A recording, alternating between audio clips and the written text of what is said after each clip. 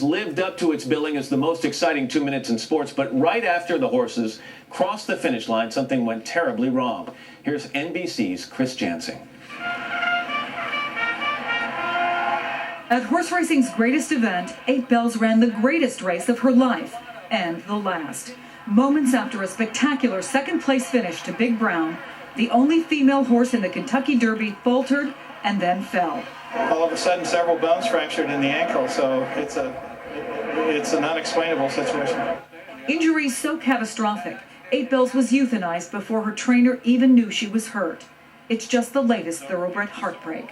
A day earlier at Churchill Downs, a 4-year-old named Chaloki went down. At last year's Breeders' Cup, the colt George Washington was euthanized. And most famously, Barbaro at the Preakness in 2006, sustaining injuries that months later would kill him. The question is why. One answer may be the surface. Churchill Downs is a traditional dirt track, but a growing number of American racetracks are going to synthetic surfaces, believing they may be safer. Some critics are also suggesting a filly should not have run against 19 colts in such a demanding race, though she beat all but one of them. And there are renewed questions about bloodlines and whether commercial breeders focus on producing horses that are swift but not necessarily sound. You're always going to see horses break down on the track no matter what. Experts say that while safety in horse racing can be improved, the sport will never be completely safe. It's just like any other high-profile athlete. You have other athletes that tear out knees and never play again. The difference in our sport is we end up with euthanasia.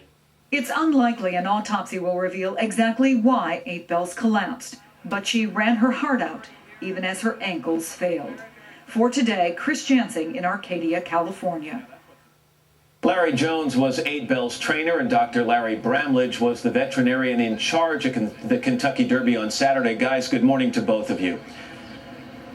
Good morning, Matt. Good morning, Matt. And I know this is heartbreaking for anybody who either knows the sport or is just a casual observer. Mr. Jones, let me start with you. One of the questions I've heard so much over the last 48 hours is, how could this happen? This horse, this filly, looks so strong in the stretch, leaving all but the eventual winner behind, and then crosses the finish line and suffers this devastating injury. How can something like that happen?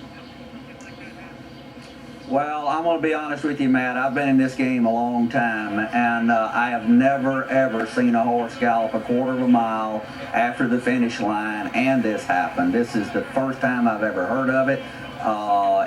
They don't do what happened to her. Dr. Bramlage, have you ever seen anything like this before in all your years? No, I haven't. In following the tape after the race and looking at it, it appears as if she just got a little rubbery-legged from having put in such a great effort, and the right leg began to get a little sore. She shifted to the left, and then the left got a fracture, so it's a freak thing. There are larger questions being asked already, and Mr. Jones, let me start with you. Some people are saying this surface, that in general dirt surfaces are difficult for these horses and that the move should be made to go to artificial surfaces. How do you feel about that, Mr. Jones? Well, we feel like the track played no issue on this day. The track was very good. We'd had a lot of rain. They had sealed the track that morning, and it dried wonderful throughout the day. That is the issues with the synthetic surfaces, is they are supposed to be safer.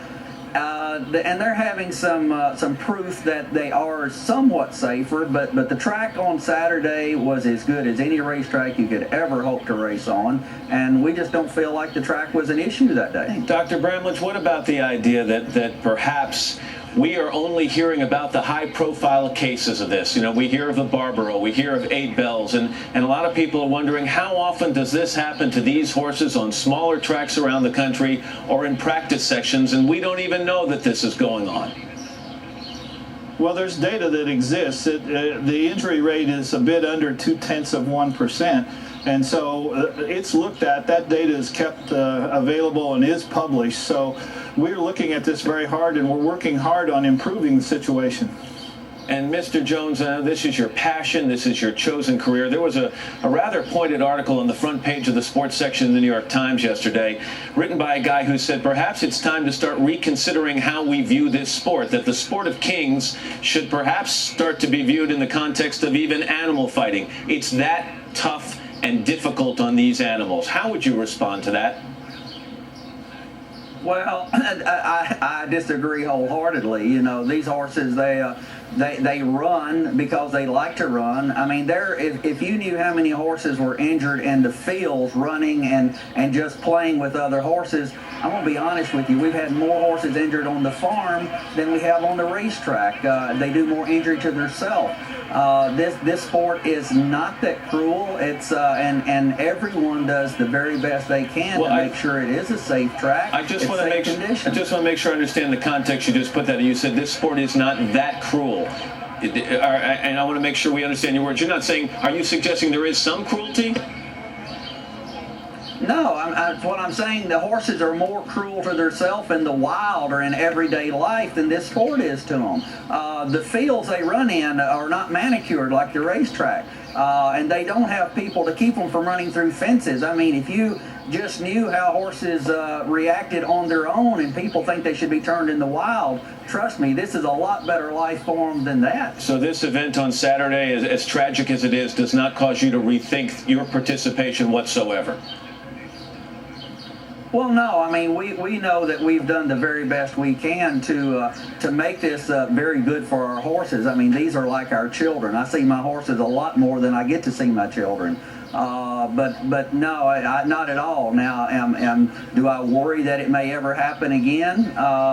It could, but I sure don't expect it to. Not like it happened to 8 Bells. Larry Jones and Dr. Larry Bramlage. Again, guys, thanks for talking to me. It's a heartbreaking situation. I know you both feel it intimately. Thanks very much. You know, Larry Jones talks about his children, and I was watching the race with Jack, almost 7, and Romy, who's 4. How do you explain this? You know, that this great race and everybody's having a good time, and then all of a sudden, tragedy. That's right, and that's what everybody's going to remember from the Kentucky Derby. 2 years in a row. Yeah.